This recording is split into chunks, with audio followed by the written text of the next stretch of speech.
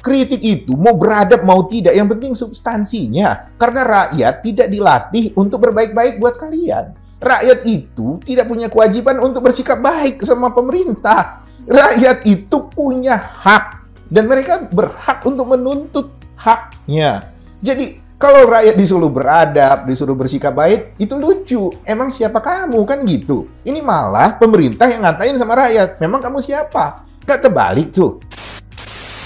Saya rasa sudah waktunya paradigma pemerintahan, terutama pemerintah daerah, menyadari bahwa melayani rakyat itu nggak bisa dianggap sepele, nggak bisa dianggap sembarangan. Jadi harus sedini mungkin dengan menunjukkan kinerja, dengan menunjukkan komitmen.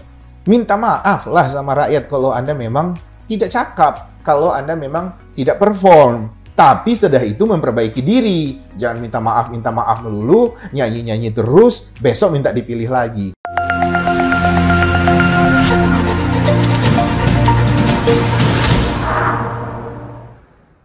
Lalu nih Pak, sebagai konsultan politik, hal apa sih Pak yang mendasari Bapak untuk menilai pemerintah daerah tersebut berhasil atau tidak memimpin daerahnya?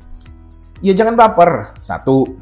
Kemudian dia tahu wilayah, dia tahu keresahan penduduknya. Jadi jangan sampai orang pusat datang ke suatu tempat, ini daerah mana ya? Ini daerah mana ya? Bikin malu kayak gitu itu.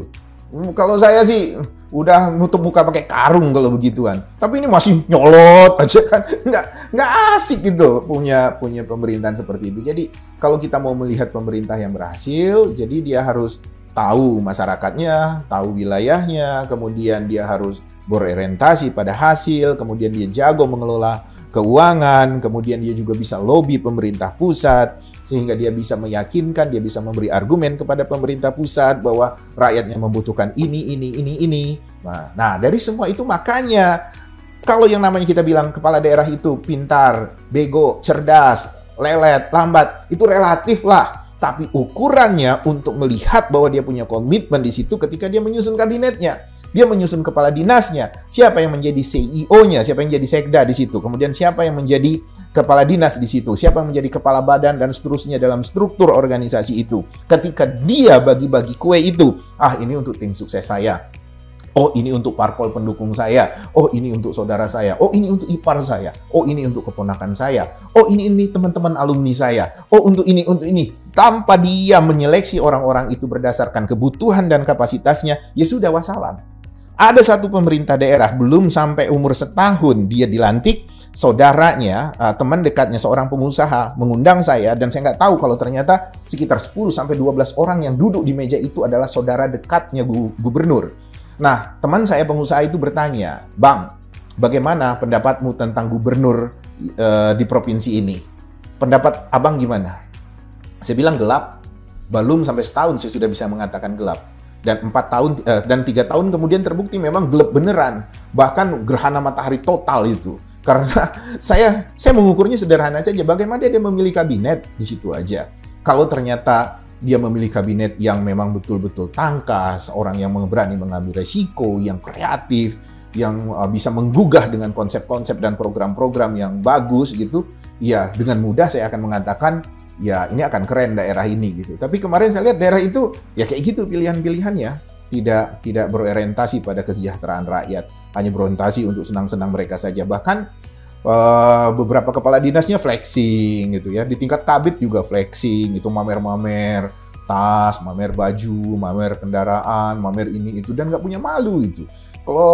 Kalau saya sih, ya Tuhan, itu udah jadi omongin orang, dipanggil-panggil kejaksaan, dipanggil-panggil KPK, terlepas kamu benar atau tidak, kalau sudah dipanggil-panggil itu malulah gitu. Karena artinya there's something wrong. Itu yang harus dipahami oleh pejabat-pejabat ini. Kamu dipanggil because there is something wrong, so they have to probe you, they have to give some ask you untuk to confirm you about the situation. Kan itu masalahnya. Nah, kalau pejabat-pejabat ini pura-pura nggak tahu atau pura-pura belagak pilon gitu ya, ya masyarakat ketawa. Percaya saja, masyarakat itu ketawa dengan ulah-ulah pejabat seperti ini. Jadi janganlah dibangga-banggakan jabatan, dibangga-banggakan atribut, dibangga-banggakan kekuasaan, dibanggakan itu. Masyarakat ketawa, masyarakat tahu dengan apa yang kamu lakukan dengan jabatan itu.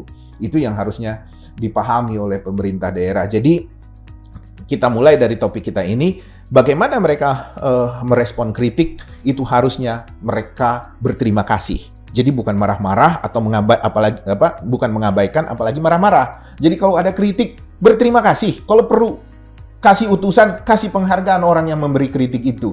Karena dia menunjukkan kepedulian, karena dia menunjukkan keberanian. Ini yang paling penting. Banyak masyarakat kita tidak berani.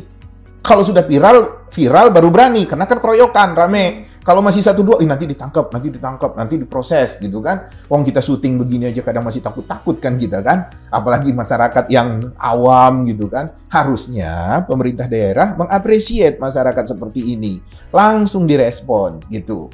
Jadi nggak akan itu viral kalau tahu caranya. Makanya milih jajaran yang mengerti merespon aspirasi masyarakat. Jajaran yang mengerti bagaimana memanage sosial media, jajaran yang mengerti ruh sosial media itu seperti apa, jajaran yang mengerti bagaimana berdialog dari hati ke hati dengan masyarakat. Jadi banyaklah syarat-syarat kita melihat kepemimpinan daerah yang baik, yang benar, yang bertanggung jawab, yang berkomitmen. Tapi sejauh ini kita melihat pemerintah daerah itu mayoritas ludruk-ludruk dan ketoprak-ketoprak aja itu yang mereka pertontonkan itu. Mereka boleh banggalah dengan atribut mereka, tapi masyarakat juga berhak untuk mentertawakan mereka. Itu yang harus mereka pahami. Baik, terima kasih Pak atas pemaparan yang telah disampaikan mengenai viralnya kritik-kritik untuk pemerintah daerah. Terima kasih juga untuk seluruh teman-teman Citra Indonesia, kami jamin Anda menang. Jangan lupa untuk like, komen, dan juga subscribe video-video kita. Sampai jumpa.